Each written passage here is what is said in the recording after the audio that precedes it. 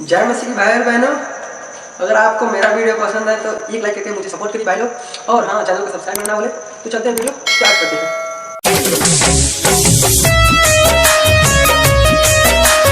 Present by Madan music recording studio Guraru.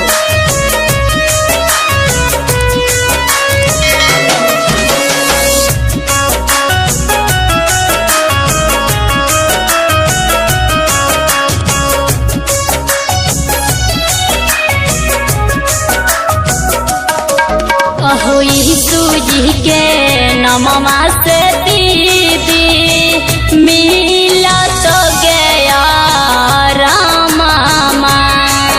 अहो यीशु जी के नमवा से दीदी मिला तो गया रामा।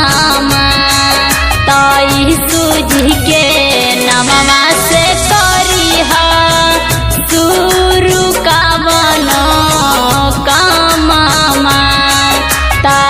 सूजी के नमवा से करिहा शुरू का बनो काममा।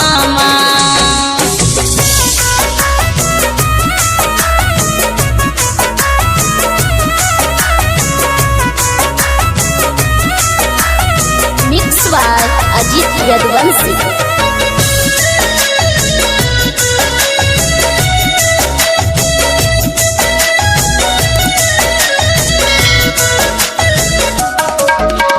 बाइबिल की तबिया में लिखल यीशु जी के हो बचानामा।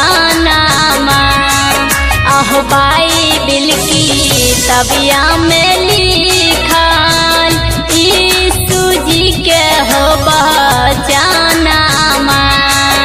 अहो बोझावा से दावे हो लोगवा सहारा नामा। अहो बोझा